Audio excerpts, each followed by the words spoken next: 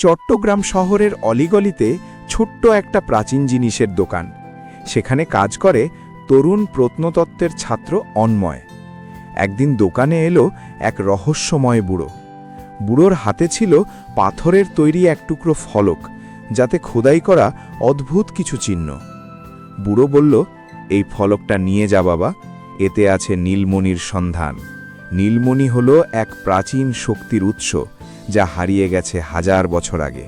খুঁজে পেতে পারলে বদলে যাবে পৃথিবীর ইতিহাস। অন্বয় প্রথমে পাত্তা না দিলেও ফলকটা দেখে চমকে ওঠে। এটা তো বিশ্ববিদ্যালয়ে অধ্যাপক সাহেবের খোঁজ করা সেই হারানো লিপি। সে সঙ্গে সঙ্গে বুড়োর কাছে জানতে চায় নীলমণির অবস্থান। বুড়ো বলে, বান্দরবানের গভীর জঙ্গলে, মেঘের রাজ্যে, যেখানে এখনও পৌঁছায়নি আধুনিক সভ্যতা।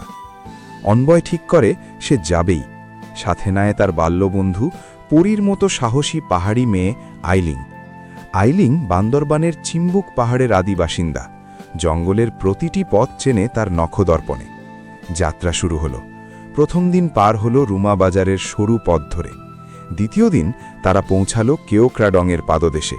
বিশাল সব পাহাড়, ঘন জঙ্গল, ঝর্ণা। আইলিং বলল, সাবধান অন্বয়, এই জঙ্গলে শুধু বাঘ হাতি নয়, আরও কিছু আছে। আমাদের গোষ্ঠীর বয়স্করা বলে এই পাহাড়ে বসবাস করে রাক্ষসী বুড়ি, যে পথ ভোলা মানুষকে খেয়ে ফেলে। অন্বয় হেসে উড়িয়ে দিল কথাটা। কিন্তু সন্ধ্যের পর যখন তারা এক পরিত্যক্ত গুহায় আশ্রয় নিল, তখন শোনা গেল অদ্ভুত আওয়াজ। গুহার গভীর থেকে ভেসে আসছে কর্কশ হাসি। আইলিং আতকে উঠল, ওই রাক্ষসী বুড়ি। আলো জ্বালিয়ে দেখে সত্যিই সামনে দাঁড়িয়ে আছে, কিন্তু সাথে সাথে গুহা কেঁপে উঠল। পাথর খসে পড়ছে। বুঝা গেল নীলমণি সরানোর সাথে সাথেই গুহার নিরাপত্তা ব্যবস্থা সক্রিয় হয়েছে।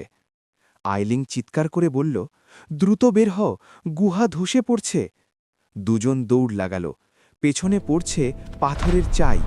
প্রায় বেরিয়ে আসার মুখে আইলিংয়ের পা পিছলে পড়ে যায়। টেনে তোলে।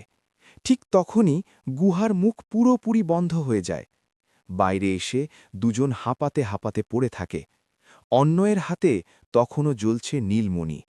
আইলিং বলে, পাগলা, মণির জন্য কি তুই মরতে চেয়েছিলি? অন্বয় হাসে, মণির জন্য না, তোকে বাঁচানোর জন্য। আর এই মণি তো আমাদের সবার ইতিহাস। ঠিক তখনই গুহার মুখ পুরোপুরি বন্ধ হয়ে যায়।